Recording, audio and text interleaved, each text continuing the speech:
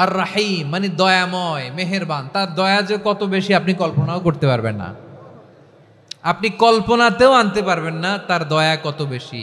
বিশ্বনবী সাল্লাল্লাহু আলাইহি ওয়াসাল্লাম ফরমান, লাম্মা কাদাল্লাহুল খালকা কাতাবা ইনদাহু ফাওকা আরশিহি, আল্লাহ যখন মহাবিশ্বের সব সৃষ্টি করে সারলেন, তিনি আরশের উপরে লিখলেন সাবাকাত রাহমাতি গাদাবি, সাবাকাত রাহমাতি গাদাবি। কোথায় লিখছে? আরশের উপরে। আওয়াজ করে বলেন তো কোথায় লিখেছে? আরশের উপরে আল্লাহ লিখলেন সাবাকাত রাহমাতি গাদাবি।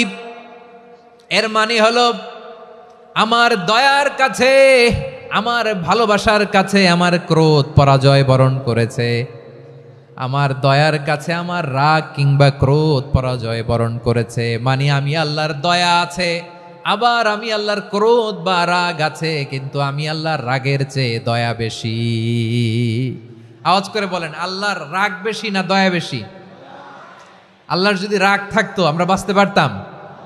যে পরিমাণে আকাম কুকাম আমরা করি, অপকর্ম করি, অন্যায় করি, জুলুম করে জুলুমের আড্ডাখানা বানিয়ে রেখেছি গোটা দুনিয়াকে, আল্লাহ যদি মুহূর্তে মুহূর্তে রেগে যেতেন আমরা বাঁচতে পারতাম? মহাবিশ্ব সৃষ্টির পরেই তিনি আরশের উপরে লিখেছেন সাবাকাত রাহমাতি গাদাবি, মানে আমি আমার দয়ার কাছে আমি আল্লাহর ক্রোধ, রাগ, ক্ষোভ এটা পরাজিত হয়েছে। সুবহানাল্লাহ বলেন। আবার বিষ্ণু বললেন জাআলাল্লাহুর রাহমাতা মিয়াতা জুজ, আল্লাহ দয়ার ভালোবাসাকে 100 টুকরা করলেন।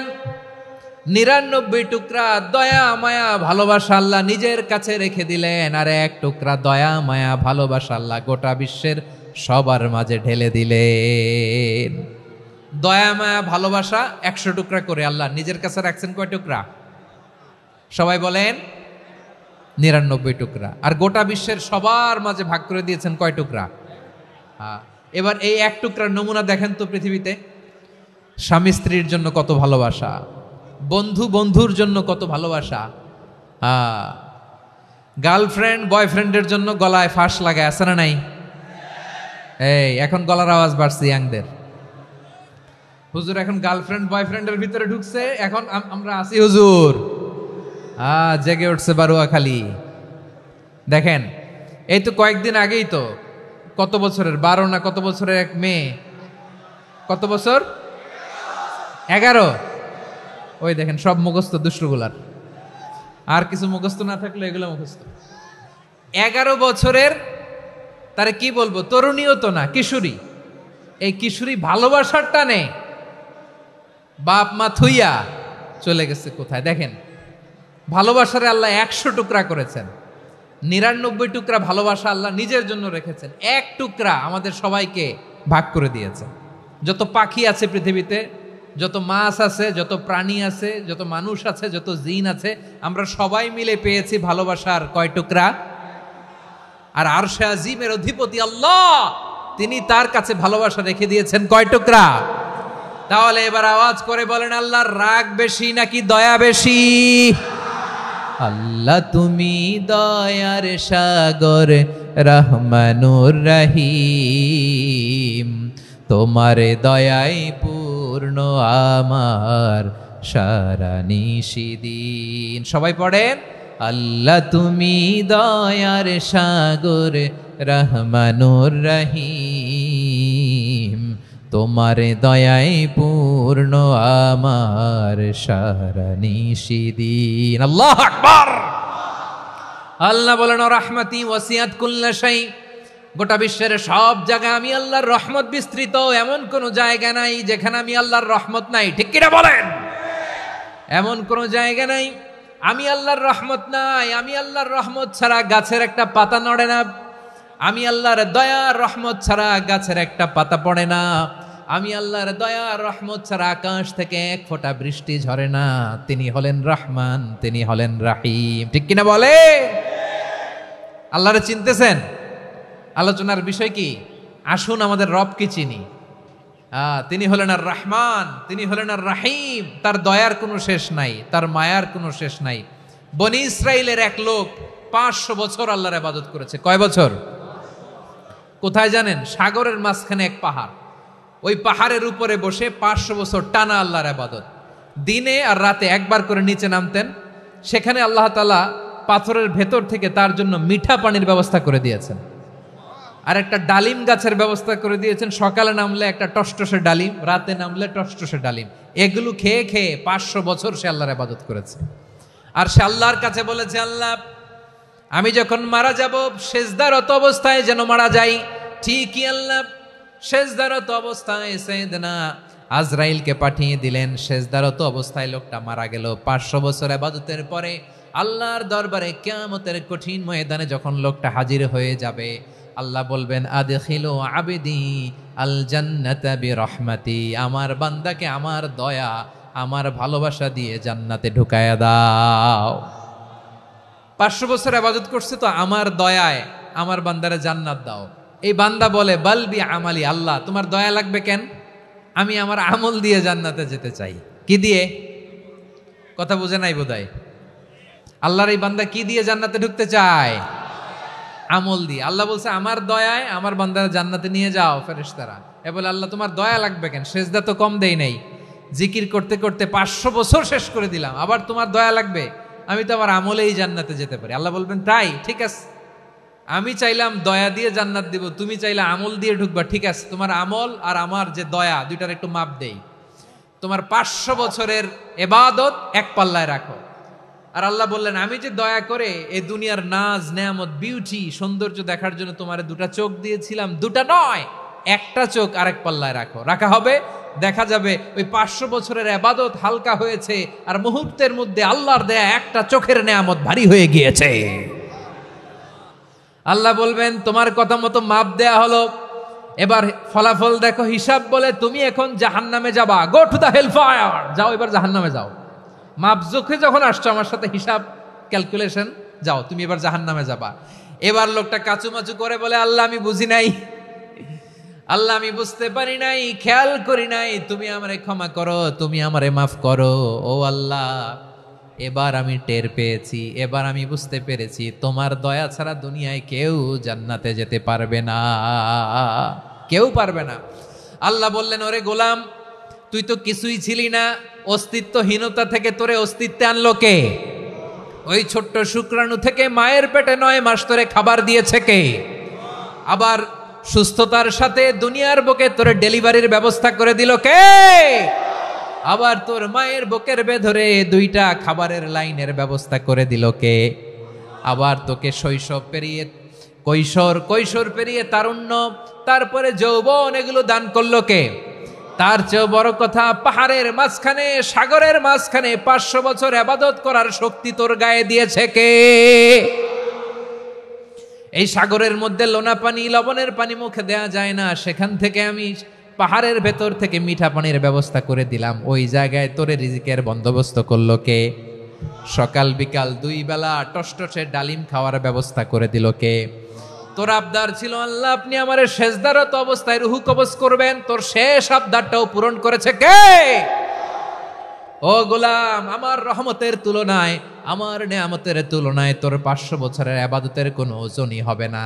গোটা বিশ্বের কেউ কোনোদিন আমার জান্নাতে ঢুকতে পারবে না আমি আল্লাহর দয়া ছাড়া। হুয়ার রহমানুর রহিম, তিনি দয়াময়, তিনি মেহেরবান। জিব্রাইল আলাইহিস সালাম বিশ্বনবীর এই লম্বা হাদিসটা যখন শোনালেন, আমি যা যা বলছি এটা বিশাল এক হাদিসের অনুবাদ। বললেন, ইয়া মুহাম্মদ, এই দুনিয়ার সবটাই চলে আল্লাহর রহমত দিয়ে। হাদিসের শেষ কথা, সব চলে আল্লাহর কি দিয়ে? তখন বিশ্বনবী সাহাবাদের বললেন, ও সাহাবারা শোনো, আল্লাহর জান্নাতে কেউ কোনোদিন প্রবেশ করতে পারবে না তার রহমত ছাড়া। সাহাবারা বললেন, ইয়া রাসূলুল্লাহ, আপনিও না, আপনিও কি আল্লাহর রহমত ছাড়া প্রবেশ করতে পারবেন না? বিশ্বনবী বললেন, না আমিও না, আমি বিশ্বনবীও আল্লাহর জান্নাতে আল্লাহর রহমত ছাড়া ঢুকতে পারবে না। তবে কিয়ামতের দিন আল্লাহর রহমত আমার চারদিকে বেষ্টনী দিয়ে থাকবে। আল্লাহ নিজের পরিচয় দিয়ে বললেন, আলিমুল গায়বি ওয়াশ শাহাদাতি হুয়ার রহমানুর রহিম, আমি হলাম রহমান, আমি রাহিম। আল্লাহরে চিনছেন? ও বারোখালীর ভাইয়েরা, আপনার রবকে চিনতে পারতেছেন? তিনি দয়ার সাগর, তিনি মায়ার সাগর। তার দয়ার সাগর যে কত বড় আপনার কল্পনাতেও নাই। এজন্য আপনার পাপ যত বড় হোক, অন্যায় যত বড় হোক, অপরাধ যত বড় হোক, আপনার জুলুম যত বড় হোক, আল্লাহর রহমান নামের দরিয়া তার চাইতেও বড়। আল্লাহ বললেন, খুলিয়া ইবাদিয়াল্লাযীনা আসরাফু আলা আনফুসিহিম লা তাকনাতু মির রাহমাতিল্লাহ ইন্নাল্লাহা ইয়াগফিরুয যুনুবা জামিআ ইন্নাহু হুয়াল গফুরুর রহিম। ও আমার গুনাহগার বান্দারা শোনো, জুলুম করেছো, ভুল করেছো, অন্যায় করেছো, আল্লাহর রহমত থেকে নিরাশ হয়ো না। আমরা বিশ্বাসীরা কঠিন কালে আল্লাহর রহমত থেকে নিরাশ হব না, ঠিক কিনা বলেন? আল্লাহর রহমত থেকে নিরাশ হবেন? ভুল করে ফেলছেন, আরে ভুল তো সবাই করে, পাপ হয়েছে, আরে পাপ তো সবার আছে, আপনারা সবাই পাপী, সবাই পাপী। যত পাপ হোক, ভুল হোক, অন্যায় হোক, অনুতপ্ত হয়ে তওবা করে ওযু করে জায়নামাজটা বিছিয়ে সেজদা দিয়ে চোখের পানি ছাড়েন। চোখের বেয়ে পড়া পানি আল্লাহর কাছে যে কত প্রিয়। অনুতপ্ত বান্দার চোখের পানির ফোঁটা তার চোখ বেয়ে, নাকের ডগা বেয়ে জমিনে ড্রপ করার আগেই আল্লাহর ওই বান্দার সব গুনাহ মাফ করে দেয়। আল্লাহ বললেন, আমি রহমানুর রহিম, আমি দয়াময়, আমি মেহেরবান। এরপর আল্লাহ বললেন, হুয়াল্লাহুল্লাযী লা ইলাহা ইল্লা হুয়াল মালিকুল কুদ্দুসুস সালামুল মুমিন। ওয়াল্লাহুল্লাযী, তিনি এমন আল্লাহ, লা ইলাহা ইল্লাহু, তিনি ছাড়া কোনো ইলাহ নাই, আল মালিক, তিনি হলেন আল মালিক। দুইটা শেষ, আর রহমান আর রাহিম শেষ। এবার আল্লাহ 3 নম্বর গুণবাচক নামের পরিচয় দিচ্ছেন। আল্লাহ বলছেন, আমি হচ্ছি আল মালিক। আমি কি? মানে সম্রাট। আল মালিক মানে হচ্ছে দ্য কিং অফ কিংস, সব রাজার বড় রাজা, মহারাজা। তার চেয়ে বড় রাজা আর কেউ নাই, তার চেয়ে বড় সম্রাট আর কেউ নাই, তার চেয়ে বড় ক্ষমতাধর সত্তা মহাবিশ্বে দ্বিতীয় কেউ নাই। চিৎকার করে বলেন ঠিক কিনা? তিনি আল মালিক। আল মালিক মানে ক্ষমতাধর, ক্ষমতার মালিক, রাজা ধীরাজ বাদশাহ। তার ক্ষমতা আর আমাদের ক্ষমতা একরকম নাকি? হ্যাঁ, আমাদের দুনিয়াতে ক্ষমতা অস্থায়ী ক্ষমতা, ঠিক কিনা বলেন? আইজ আছে কাল নাই, এরকম না ক্ষমতা? আল্লাহর ক্ষমতাও তো এরকম না, আইজ আছে কাল নাই এরকম। দুনিয়াতে দেখবেন কোন দেশের প্রেসিডেন্টের 4 বছরের ক্ষমতার মেয়াদ, কোন দেশে 5 বছরের। আল্লাহর কয় বছরের? 10 বছরের নাকি 20 বছর, 100 বছর। আল্লাহর ক্ষমতার মেয়াদ কতদিন বলেন? বুঝে থাকলে বলেন তো। চিরকাল তার ক্ষমতার মেয়াদ। চিল্লায় বলেন ঠিক কিনা? নিরঙ্কুশ ক্ষমতা, একচ্ছত্র ক্ষমতা বলতে যা বুঝায়, এই ক্ষমতা একমাত্র আল্লাহরই আছে। আমাদের ক্ষমতার জন্য আমরা ডিপেন্ড করতে হয়, ওর ডিপেন্ড লাগে, ওই জনমত নেওয়া লাগে, ওই জনগণের কাছে যাওয়া লাগে, ভোট চাওয়া লাগে, এরা ভোট দিলে এরপরে আমরা আসবো, ঠিক কিনা? আবার জনগণ না চাইলে আমরা নাই। আল্লাহর ক্ষমতা কি এরকম? হ্যাঁ, আবার দেখবেন দুনিয়াতে ক্ষমতায় যাওয়ার জন্য জোট করা লাগে। জোটের রাজনীতি আছে না নাই? জোট হয়, শরিক হয়, এই হয়, সেই হয়, নানাভাবে দুনিয়াতে ক্ষমতায় আসতে হয়। আল্লাহ বলে, আমার ক্ষমতার জন্য কারো উপর বিন্দু পরিমাণ আমার ডিপেন্ড করা লাগে না। সৃষ্টি শুরু থেকে আমি ক্ষমতার চেয়ারে বসা, মহাবিশ্বের শেষ পর্যন্ত, সীমাহীন ভবিষ্যৎ পর্যন্ত আমি ক্ষমতার চেয়ারে থাকব। আমি হলাম আল মালিক। আমার ক্ষমতার কোনো কমতি নাই, কোনো ঘাটতি নাই। কেউ আমার ক্ষমতা থেকে নামাতে পারবে না। পারা যাবে? এই যে আমরা ফ্যাসিস্ট সরকারের যে আপনারা নামাই দিছেন গণ অভ্যুত্থান করে, মনে আছে? 5ই আগস্টের কথা ভুলে গেছেন এত তাড়াতাড়ি? মনে আছে? আছে। তা আমরা সবাই মিলে যদি একটা গণ অভ্যুত্থান করি, তাইলেই তো আল্লাহর ক্ষমতার চেয়ার থেকে নামায় ফেলানো যায়। হ্যাঁ, যাবে না? পারবো না আমরা? কি বলে, পারা যাবে না? আচ্ছা, আমরা না হয় পারলাম না, জিন জাতি যদি আমাদের সাথে জয়েন করে, ম্যানকাইন্ডের সাথে জিনকাইন্ড, ইফ দে জয়েন আস, সবাই মিলে একটা গণ অভ্যুত্থান, রেভলিউশন, ডেমনস্ট্রেশন, প্রোটেস্ট, সবাই মিলে যদি একটা অভ্যুত্থান করি, তাইলেই তো আল্লাহর ক্ষমতা শেষ। আওয়াজ করে বলেন, তাইলেই কি আল্লাহর ক্ষমতা শেষ হবে? এই যে বারোয়াখালীর ভাইয়েরা, এদিকে কি হচ্ছে আমি তো দেখতে পাচ্ছি, এরকম হইলো কেন? তোমরা খালি বোতল ছুড়লা কেন 2-1 জনের উপরে? হ্যাঁ, আমার দিকে তাকাও। প্রিয় ভাইয়েরা, শান্ত হন, আমার দিকে তাকান, আর অল্প কয়েক মিনিট আমার দিকে তাকান। কেউ কিছু ছুঁড়ে মারবেন না কারো দিকে, মেহরবানি করে আমার দিকে তাকান। তাহলে আমরা সবাই মিলে একটা গণ অভ্যুত্থান যদি করি, আল্লাহর ক্ষমতা থেকে নামানো যাবে। আল্লাহ বলেন না আমি হলাম আল মালিক, আসল ক্ষমতার মালিক, the king of kings, the owner of ultimate power, the owner of ultimate authority, the owner of ultimate sovereignty. নিরঙ্কুশ একচ্ছত্র ক্ষমতার মালিক হচ্ছি আমি আল্লাহ। আল্লাহ তাআলা সূরা মুলকের শুরুতে বলছেন তাবারাকাল্লাযী বিয়াদিহিল মুলকু ওয়া হুয়া আলা কুল্লি শাইইন কাদির। মহিমান্বিত সত্তা, যার হাতে ক্ষমতা, তিনি যা চান তাই করতে পারেন। আওয়াজ করে বলেন তো তিনি কে? আবার আল্লাহ বলেন কুলিল্লাহুম্মা মালিকাল মুলকি তুতিল মুলকা মান তাশাউ ওয়া তানজিউল মুলকা মিম্মান তাশা ওয়া তুইজ্জু মান তাশাউ ওয়া তুযিল্লু মান তাশাউ বিয়াদিকাল খায়র ইন্নাকা আলা কুল্লি শাইইন কাদির। আল্লাহু আকবার।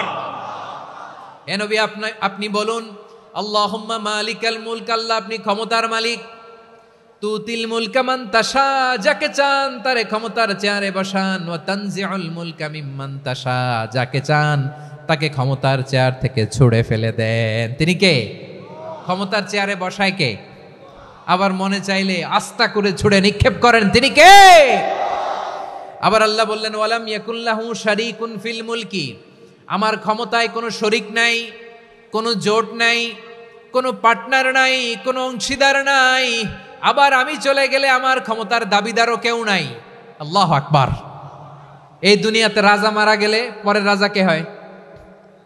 রাজার ছেলে রাজা, ঠিক কিনা বলেন?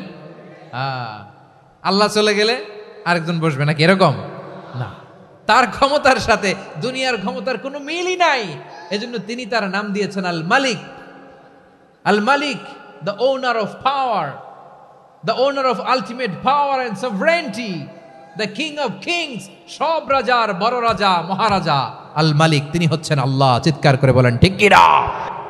তিনি আসল ক্ষমতার অধিকারী। দুনিয়াতে যে আমরা ক্ষমতা নিয়ে কামড়াকামড়ি করি, মারামারি করি, কিয়ামতের দিন আল্লাহ জিজ্ঞেস করবেন কই তোদের ক্ষমতা, আজকে বল। কিয়ামতের সময় সব মানুষগুলো যখন ইন্তেকাল করবে, সব জিনেরা যখন ইন্তেকাল করবে, সব ফেরেশতারা যখন ইন্তেকাল করবে, বাকি থাকবে মালাকুল মাউত। মালাকুল মাউত এসে বলবে আল্লাহ আপনার কথা মতো সবাই শেষ, মানুষগুলো নাই, জিনগুলো নাই, আমার সতীর্থ ফেরেশতাগুলো নাই, মহাবিশ্বে আর কেউ নাই। আল্লাহ বলে এখন কে আছে? মালাকুল মাউত বলবে আল্লাহ তুমি আছো আর আমি। তুমি তো আল হাইয়্যু আল কাইয়্যুম, অবিনশ্বর, শাশ্বত, চিরঞ্জীব, কোনোদিন মরবা না, তুমি আছো আর তোমার গোলাম আমি আছি আজরাইল। মহাবিশ্বে কয়জন আছে মাত্র? জোরে বলেন। এক হচ্ছেন আর হচ্ছে মালাকুল মাউত। আল্লাহ তুমি আছো আমি আছি। আল্লাহ বলবে ঠিক আছে এবার তোমার মরণের পালা, মুত ইয়া মালাকাল মাউত, হে মৃত্যুর ফেরেশতা তুমি মরো। মালাকুল মাউত আল্লাহর আদেশ বাস্তবায়ন করতে যে বিকট একটা চিৎকার দিয়ে মৃত্যুবরণ করবে। ওই চিৎকার দুনিয়ার মানুষেরা, চিৎকারের আওয়াজ যদি দুনিয়ার মানুষেরা শুনতে পেত, দুনিয়ার মানুষের প্রত্যেকের কানের পর্দা ফেটে মুহূর্তের মধ্যে সব লাশ হয়ে জমিনে পড়ে রইত। ভয়ঙ্কর চিৎকার দিয়ে মালাকুল মাউত বিদায় নিবে, কেউ নাই। এবার বলেন তো মহাবিশ্বে মহাশূন্য, কেউ নাই, উপরে নিচে সামনে পেছনে ডানে বায়ে কোনো সত্তা, কোনো জীবিত সত্তা আর আছে? একজন ছাড়া, তিনি কে? কুল্লু মান আলাইহা ফানি ওয়া ইয়াবকা ওয়াজহু রাব্বিকা যুল জালালি ওয়াল ইকরাম। পড়েন ফাবিআইয়ি আলাই রাব্বিকুমা তুকাজ্জিবান। কেউ থাকবে না একজন ছাড়া, একজন ছাড়া। এই ড্রোন দেখে হাত নাড়ালে হবে? আমার দিকে তাকাইতে হবে, কথা শুনতে হবে। মহাবিশ্বে কেউ নাই একজন সত্তা ছাড়া। আওয়াজ করে বলেন তিনি কে? এবার আল্লাহ ডেকে বলবেন লিমানিল মুলকুল ইয়াউম, লিমানিল মুলকুল ইয়াউম। ক্ষমতা কার? Who belongs the kingdom today, who belongs the power authority today, who belongs the sovereignty today. আজকে ক্ষমতা কার? দুনিয়াতে ক্ষমতা নিয়ে এত কামড়াকামড়ি, দুনিয়াতে চেয়ার নিয়ে এত মারামারি, এত অত্যাচার, এত রক্তপাত, এত ব্লাডশেড। আজকে বলো তো ক্ষমতা কার? কার ক্ষমতা? মহাশূন্যে কোনো আওয়াজ নাই, শুধু আমার রবই বলবেন লিমানিল মুলকুল ইয়াউম, আজকে ক্ষমতা কার? কোনো আওয়াজ নাই, উত্তর দেওয়ার মতো জীবিত কোনো সত্তা নাই, ফলে কেউ উত্তর দিতে পারবে না। আল্লাহ নিজেই প্রশ্নের উত্তর দিয়ে বলবেন লিল্লাহিল ওয়াহিদিল কাহ্হার, একচ্ছত্র অধিপতি ক্ষমতার মালিক আল্লাহ ছাড়া কারোর জন্য কোনো ক্ষমতা নাই। চিল্লায় বলেন ঠিক কি না? তাহলে আর রহমান আর রাহিমের পরে আমরা জানলাম আমার আল্লাহর আরেকটা সুন্দর গুণবাচক নাম হচ্ছে আল মালিক। কি নাম? আল মালিক, মানে দ্য কিং, রাজাধিরাজ, সব রাজার বড় রাজা, মহারাজা। এরপরে 4 নম্বরে আল্লাহ বললেন আল কুদ্দুস, তিনি হলেন আল কুদ্দুস। আল কুদ্দুস মানে হচ্ছে অতি পবিত্র, মহাপবিত্র, the most holy, the absolutely pure, যার কোনো খুঁত নাই। আল্লাহর কোনো খুঁত আছে? তিনি মহাপবিত্র।